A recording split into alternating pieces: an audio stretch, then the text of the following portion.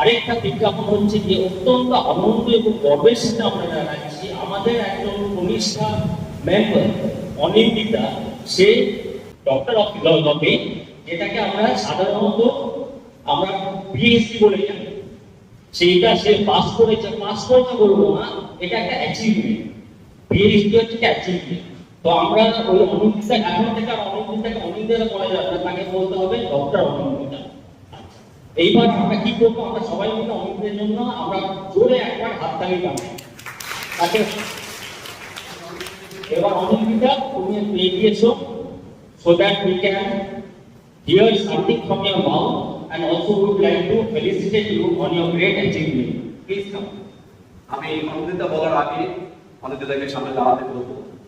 যদি আমরা অনিন্দিতা বলছি, কিন্তু এখন থেকে সে অফিসিয়ালি ইউনিভার্সিটি তাকে doctorate degree, PhD, doctor of philosophy তার ম্যানেজমেন্টে সে কমপ্লিট করেছে। ঈশ্বরকে মহানামে ধন্যবাদ জানাই।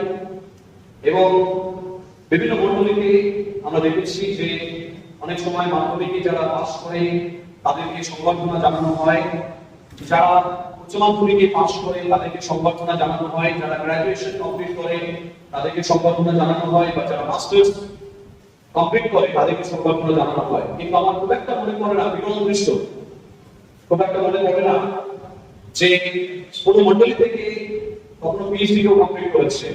কিন্তু ঈশ্বরকে ধন্যবাদ জানাই বেথেল মণ্ডলীর জন্য যে সেখান থেকে আমাদের সিস্টার ডক্টর অনিন্দিতা সে তার পিএইচডি কমপ্লিট করেছে। এবং তাকে আমরা অবশ্যই জীবনের মধ্যেই তাকে আমরা মণ্ডলীর তরফ থেকে একটু সম্মান আমরা জানাবো, সম্বর্ধনা আমরা দেবো। কিন্তু তার মধ্যে এটাও জানিয়ে রাখি, আমরা চিন্তা ভাবনা করেছি প্রার্থনা পূর্বক, এবং আমি নিজের দৃঢ়ভাবে বিশ্বাস করি যেটা ঈশ্বর থেকে এসেছে আমাদের মাথায়, যে যারা যারা মাধ্যমিক পরীক্ষার্থী রয়েছে, যখন মাধ্যমিকে যারা পরীক্ষায় বসবেন তাদের নামের লিস্ট আমি চাইবো পরে, এবং তারা যখন পাস করবে তাদেরকে আমরা সংবর্ধনা জানাতে চাই। যারা উচ্চ মাধ্যমিক পাস করবে তাদেরকে আমরা সংবর্ধনা জানাতে চাই, এবং যারা গ্রাজুয়েশন পাস করবে মণ্ডলীর তরফ থেকে আমরা তাদের সংবর্ধনা জানাতে চাই। সেটা আমরা পরে অবশ্যই করব। আর সেটা শুরু হচ্ছে আমাদের সিস্টার অনিন্দিতার মধ্য দিয়ে। আর এই মুহূর্তে আমরা তাকে একটু ফেলিসিটেট করবো, তাকে আমরা সম্মান জানাবো, সংবর্ধনা জানাবো।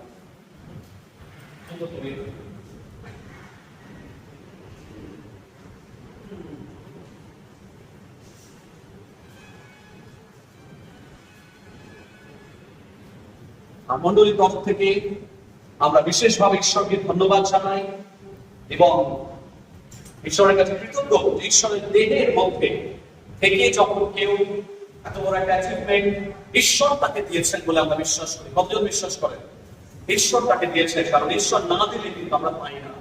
তাই ঈশ্বর আমাদেরকে দিয়েছেন, আমাদের বোন অনিন্দিতাকে দিয়েছেন।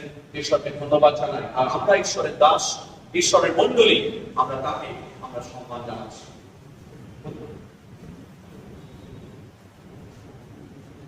আমরা জোরে একবার হাততালি দেবো।